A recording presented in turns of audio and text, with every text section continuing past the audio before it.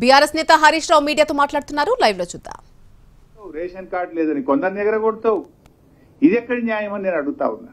అంటే కోతలు తప్ప నిజంగా రైతుకి ఇచ్చే ఉద్దేశం మీలో మాకు కనబడతలేదు. ఇకపోతే రీషెడ్యూల్ చేసుకున్న రైతులకు రుణం వర్తించది అంటాడు. అసలు రీషెడ్యూల్ ఎప్పుడు చేస్తారు, ఎందుకు చేస్తారు రీషెడ్యూల్? తీవ్రమైనటువంటి కరువు పరిస్థితులు ఉన్నప్పుడు, రైతు డిస్ట్రెస్ లో ఉన్నప్పుడు, వరదలు వచ్చి పంట పొలాలన్నీ కొట్టుకుపోయి ఇసుక మేట వేసినప్పుడు, రైతు అప్పు కట్టలేని పరిస్థితుల్లో ఉన్నాడు, రైతు తీవ్రమైనటువంటి కష్టాల్లో ఉన్నాడు, రైతు ఇబ్బందుల్లో ఉన్నప్పుడు ఈ రుణాలు రీషెడ్యూల్ చేయడం జరుగుతుంది.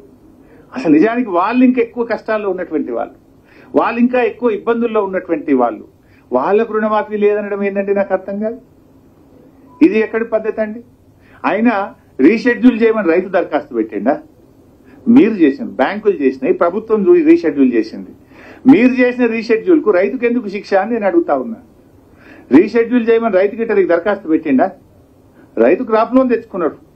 ఆ రైతుకు వచ్చిన కష్టాన్ని చూసి, కరువు పరిస్థితులను చూసి, అకాల వర్షాలను చూసి మీరు రీషెడ్యూల్ చేసినారు. మీరు రీషెడ్యూల్ చేస్తే శిక్ష రైతుకు ఎందుకు? అసలు ఇది ఎవరైనా పెడతారా? అసలు అందరికంటే మోస్ట్ డిజర్వింగ్ రీషెడ్యూల్ చేసుకున్నటువంటి రైతులు, కష్టాల్లో ఉన్నటువంటిది అతను, నష్టపోయినటువంటి వ్యక్తి అతను.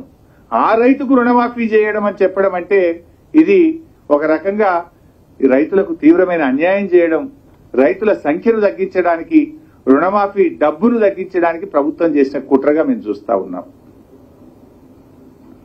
ఇంకో మాట అన్నారు, ఎవరైనా రైతు బుద్ధిమంతుడు, ఆయన సకాలంలో తీసుకున్న అప్పు కట్టిండి అనుకో, ఆయనకు రుణమాఫీ ఇయ్యమంటున్నారు. కొంతమంది ఏమైందంటే పిల్లలు అమెరికా పోవాలి, బ్యాంకులో లోన్ కావాలని వెళ్తే బ్యాంక్ ఏమంటాడు, నువ్వు 50,000 క్రాప్ లోన్ తీసుకున్నావు, ఆ 50,000 కట్టనే నీ కొత్త బ్యాంక్ లోన్ ఇస్తా, నువ్వు నీ డ్యూ ఉన్నది, నీ లోన్ బ్యాంక్ లో డ్యూ ఉండగా కొత్త లోన్ ఇవ్వను అంటాడు. పాపం ఆ రైతు ఆ డ్యూ కట్టేసింది 50,000, ఇవాళ ఆయనకు రుణమాఫీ రాదంటే ఎట్లా? ఇల్లు కట్టుకోవాల్సి ఉంటది, లేదా ఒక ఆసుపత్రి ఏదైనా అత్యవసరం పడి దవాఖానకు ట్రీట్మెంట్ కోసం డబ్బులు అవసరం ఉంటాయి. బ్యాంకులో ఆయన అప్పు తీసుకోవాలంటే పాత అప్పు క్రాప్ లోన్ తక్కువ ఉంటుంది, 40,000 50,000 కట్టేసి, 1,00,000 కట్టేసి ఆయన కొత్తగా అప్పు తెచ్చుకుంటే నువ్వు ఆల్రెడీ క్రాప్ లోన్ కట్టేసినావు కదా, నీకు రుణమాఫీ వర్తించదంటే ఎట్లా? ఇది కూడా ఆలోచించి, ఇది ఎందుకంటే రైతును పాపం సానుభూతితో చూడాలి. రైతులు ఆయన ఈ పీరియడ్, మీరు అన్న పీరియడ్ లో కట్టి ఉన్నా కూడా క్రాప్ లోన్లు ఇచ్చిన మాట ప్రకారంగా రుణమాఫీ చేయాలని చెప్పి కూడా మేము కోరుతా ఉన్నాం. ఇంకో మాట ఏమన్నారు, జేఎల్జీ, ఎస్హెచ్జి, ఎఫ్పిఓ కౌలుదారులకు రుణమాఫీ వర్తించదు అన్నారు.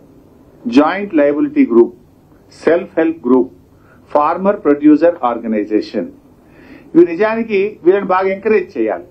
ఇందులో ఎవరుంటారు ఎక్కువ?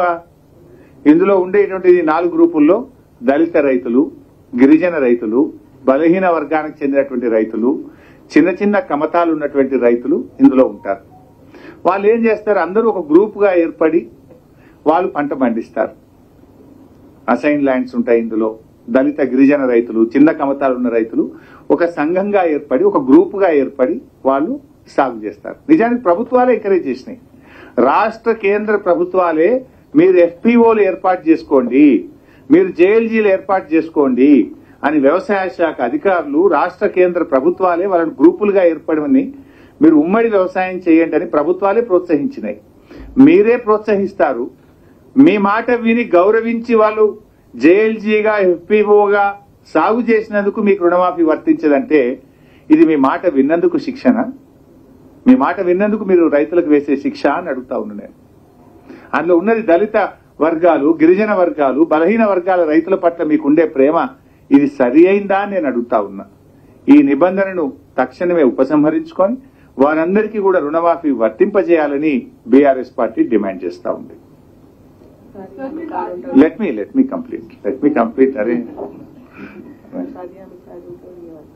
ఏమంటుందా ఉందా ఇలా? మా సునీతమ్మ గారు అంటున్నారు, ఉపాధి హామీ కార్డు ఉంటే కూడా ఇవ్వమంటున్నారట. కార్డు లేకపోతే ఇయ్యరా?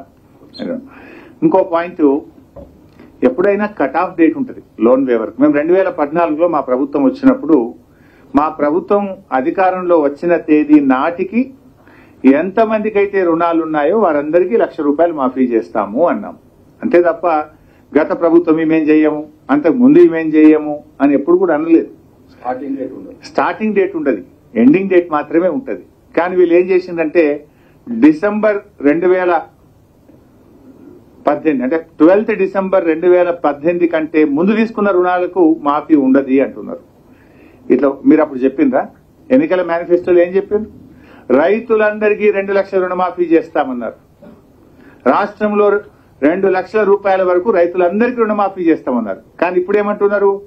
12 డిసెంబర్ 2018 కంటే ముందు తీసుకున్న రుణాలకు వర్తించదు అంటే ఇవాళ కొంతమంది రైతులకు కోత పెట్టడమే కదా ఇది. అప్పుడు ఆ రోజు మేము ₹1,00,000 మాఫీ చేసినాం. ఎవరైనా 1,00,000కి పైగా తీసుకున్న వాళ్ళు ఉంటే వాళ్ళకి మాఫీ జరగద్దా?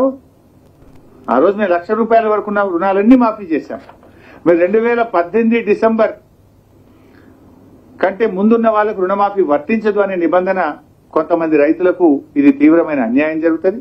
ఇది కోతలు పెట్టే కార్యక్రమం తప్ప మానవత దృక్పథంతో రైతులందరికీ సాయం చేసేటువంటిది కాదు అని చెప్పి దీన్ని కూడా ఉపసంహరించుకోవాలి.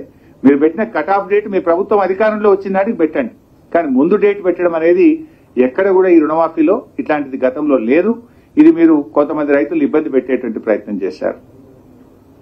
తర్వాత ఇంకోటి ఏమన్నారంటే అసలు వడ్డీ కలిపి ₹2 లక్షల మాఫీ చేస్తామని చెప్పింది ప్రభుత్వం. కానీ మీరు ఇచ్చిన డేట్ ఏంది? డిసెంబర్ 9, 2023 నాడు మొదటి సంతకం పెట్టి రుణమాఫీ చేస్తామన్నారు. ఇప్పుడు మనం ఉన్నది జూలై నెలలో ఉన్నాం. మీ మొత్తం మాఫీ ఎవరికి ఎప్పుడు వస్తుందో తెలియదు.